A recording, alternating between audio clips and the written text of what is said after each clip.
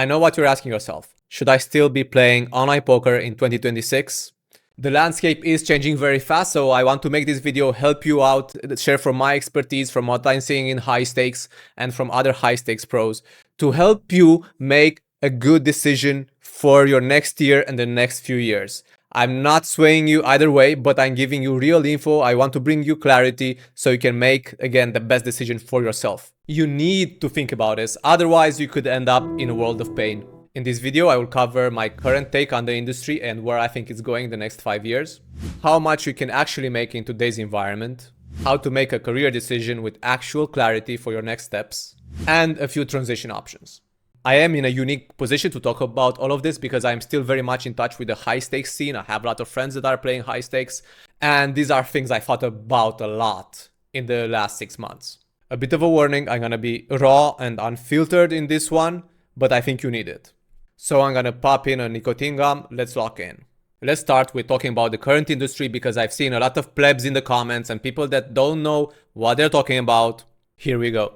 First of all, the game is transitioning from this, like, I like how one of my friends calls it, like vanilla poker. Again, 6 max, no ante, just like classic style, no limit hold'em. It's evolving, it's changing from this, like public games, like online, like a GG poker, ACR, whatever, like public lobbies, is shifting from this to like crazy squid game, deep ante, crazy variants in private settings, private games.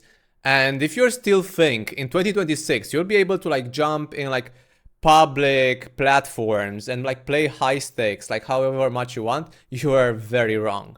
So okay, if you're not gonna play vanilla poker, what are the options realistically in today's environment? So yeah, first of all, it's like private app games. Second, like finding live games, and again like finding like a lot of these like different types of games and playing these different game styles. And I guess I should also mention the option of regaming high stakes. So in 2026, it becomes very important to acquire like another new skill. Apart from being good at poker, is like getting into good games. And this is not easy. I've been hearing a lot of bad stuff about apps, about these private games. You can get fucked over in so many ways, even like fixing the RNG, collusion, all of this. So private games, app games, you have to be extremely careful. Live games, again, cool, they are there, but they're very exclusive. You need to like really work a lot to get in these juicy games. And reg gaming, yeah, you need to be like very, very sharp. Don't think you're just gonna jump into reg games and like play your normal game. So in the current environment, it's becoming very tough to have like good volume on public, normal 6 max, no limit hold'em at high stakes. And if you don't see that, and if you don't agree, you're just retarded. Let's talk about the outlook for the next 5 years, let's say, in online poker, 2026 and beyond. Where is this going? Well, the first big concern is obviously security. And like AI and solver and cheating, this is a huge one and will just get worse. It's becoming easier and easier to cheat. And sorry guys, the platforms are not gonna save you. Why? The platforms just care about raking in money. They are not incentivized to protect you as a poker pro. They actually don't really give a fuck about you, as we've seen in many recent occurrences. They only need to keep good enough security so that the reputation stays good. They care about having the games going and raking in a lot of money. They don't care about you having safe games. And this is a huge problem because, again, AI is here more and more. And the thing is, here in this industry, the AI is moving against us. It's against the rules to use AI in real time, but people are still gonna cheat and use AI against you. So in terms of the industry long term, I just don't see how online poker as an industry moves up. On the contrary, I unfortunately see it going down. And this is what mainly influenced my decision.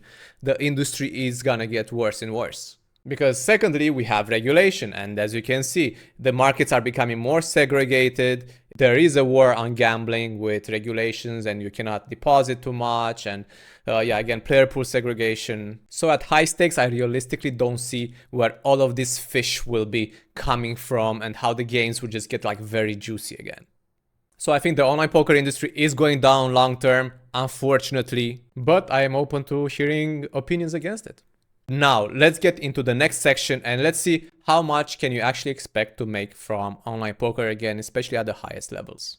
So let's start with doing some simple math. We have the numbers here. Let's take it one by one. Hands per month. Let's start with volume. How much are you realistically gonna play at high stakes per month? Some common misconceptions I see from you guys. You are not going to play mid-stakes type of volume at high stakes for two reasons. One, the games at high stakes are way more scarce. You're not gonna have an abundance of tables. I am sorry. Two, you need way more focus to make it at high stakes. You're probably at most a mid-stakes pleb and you think you can have your pleb approach and be playing high stakes with it. Sorry bro, you cannot. I worked with tons of students who were mid-stakes plebs, and for them to reach high stakes, and what I saw in me and what I saw in other high stakes crushers, you need to like down the volume and up the quality. You have to play fewer tables and make better decisions. The games are much tougher, and that's why you're fucking stuck at mid stakes. Honestly, at 5k plus, me and MMA Sherdog, we were probably playing around like 10, 12k hands per month. But let's say you're not gonna only play 5k plus because probably you can't.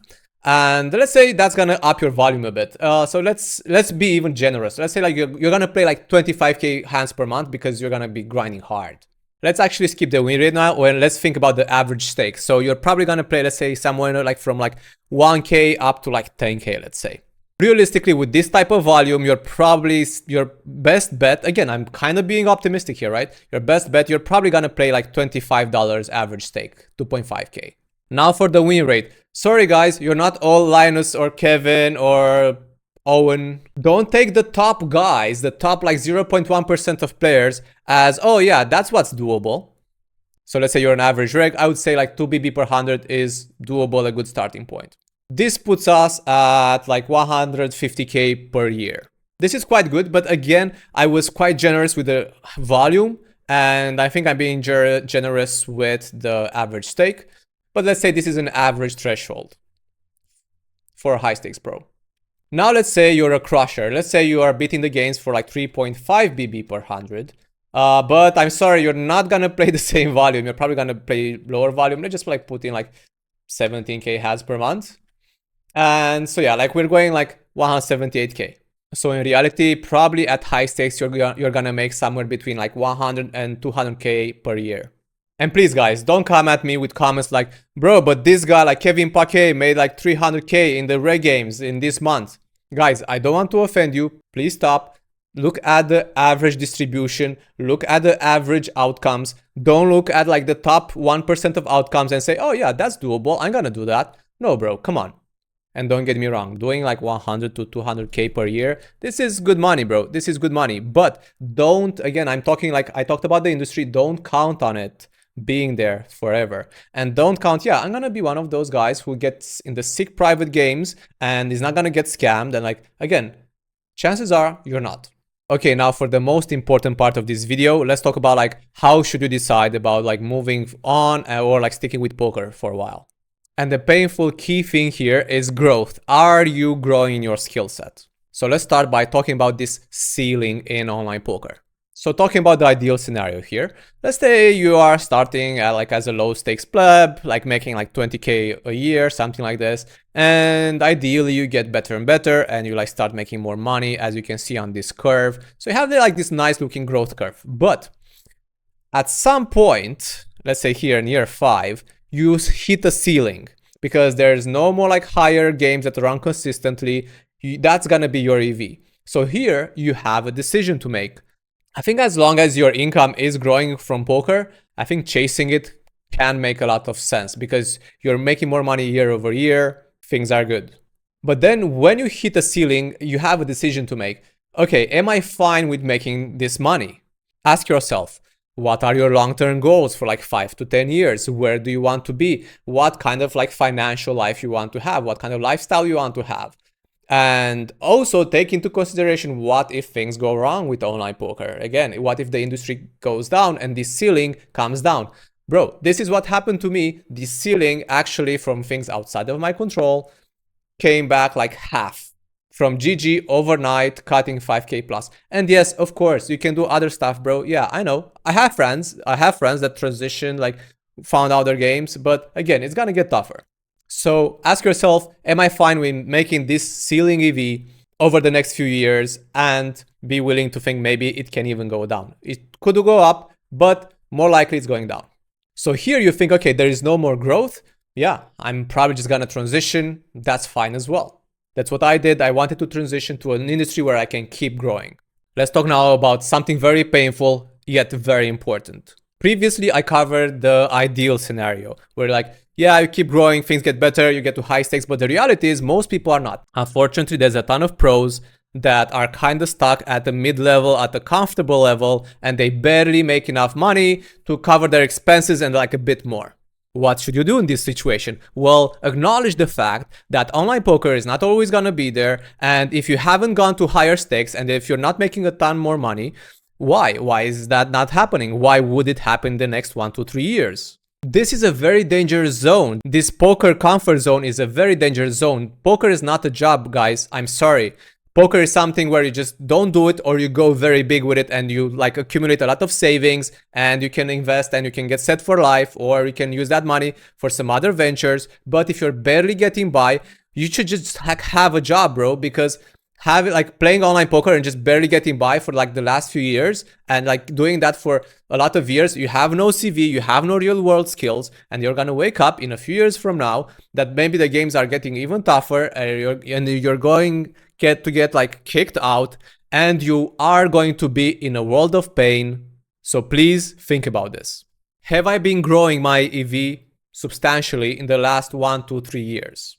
Am I barely getting by with just barely covering expenses with poker? Do I think things will change in the next 1 to 3 years, that I will go up stakes and I'm gonna be a crusher? And if I really believe that, why is that gonna happen? Because this right here, again, like getting stuck at, I don't know, like 70K per year or something, this is the death zone. Guys, please, very seriously, don't get stuck in this. It's very dangerous. I know, it's painful. Comfort, it's like so comfortable to like just get by, do whatever the fuck you want and have your own schedule, but be responsible, think about the long term, think about like the next 5 to 10 years, and be willing to change things up. And the last thing for this section, please think long term. You're probably not being 60 years old now. If you are, much love to you, bro or sir. Think about your long term EV. That's why I quit poker. My short term EV is quite high, but long term, I think my EV is going down significantly and it's not worth it for me anymore. Think about the lifestyle you want, your dreams, your goals, your aspiration for the long term, and think clearly, do some analysis. Can poker get me there? Again, thinking about all the situation realistically, not idealistically. Let's now talk about some transition options. So let's say you thought about all of these points above and you're thinking, okay, maybe I should make a transition. This is what I did, and I decided I should transition. Don't only think about like EV, like money EV, think about like life EV, think about doing something maybe you would enjoy more. Think about the long term, very important thing about like the next 5 to 10 years plus of your life. Think about an industry that is going up, not down in the next 5 to 10 years plus. And first of all, if you're not sure and you think about like, maybe I want to quit, maybe I want to transition. Yeah, this is why I'm here. I'm here to like, I know it's very hard. I am going through this. I know it's very hard. First of all, I want to give you some courage. I want to give you some stuff like, yes, this is doable. So let's talk about some options.